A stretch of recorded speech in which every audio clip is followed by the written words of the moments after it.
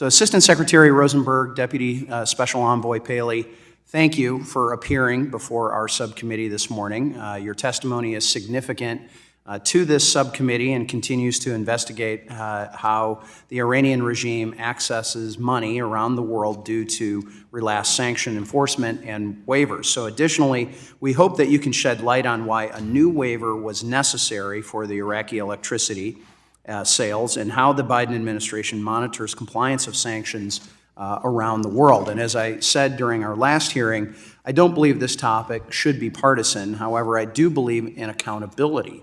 It is vital that our oversight work is informed with the collaboration and testimony directly from agencies in an open and transparent setting, not behind closed doors. So again, thank you for your willingness to be here today.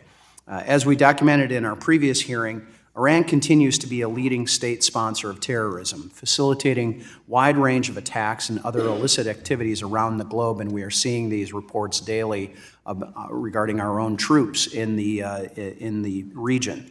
October's attack on our ally Israel is a stark reminder that in order to prevent further atrocities, we must increase, not relax, pressure on the Iranian regime.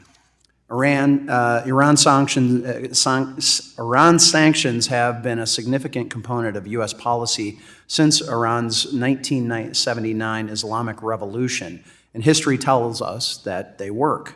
For example, the previous administration's maximum pressure campaign cut oil exports from Iran, significantly reducing Tehran's ability to fund attacks during against Americans and our allies. In contrast, the current administration has adopted a different strategy. This past September, as part of a deal with the Iranian regime to get American hostages, President Biden waived U.S. sanctions to allow for the transfer of $6 billion of Iranian funds from accounts in South Korea to Qatar. While the funds were only to be used for humanitarian purposes, such as food and medicine, there are reports that the Iranian regime has found and exploited ways around those restrictions.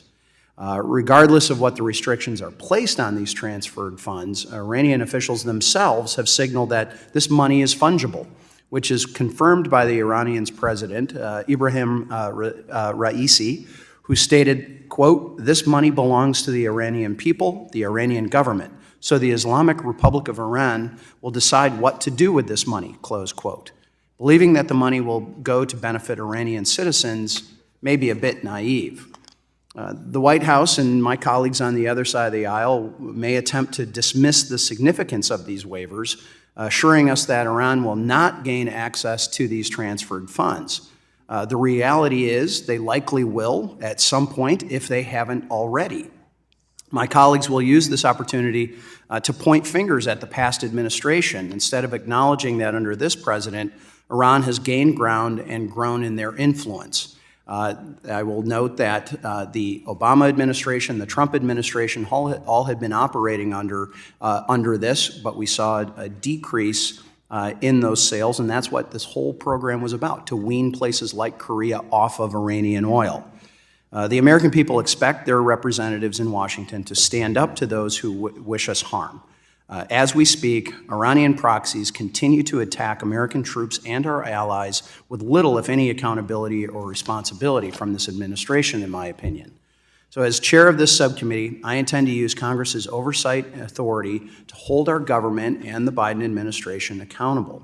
The status quo is not acceptable. American lives have been lost. There's been 66 troops and contractors that have been killed in recent days. And I look forward to having an open and honest dialogue this morning. And with that, I'm going to yield back the balance of my time.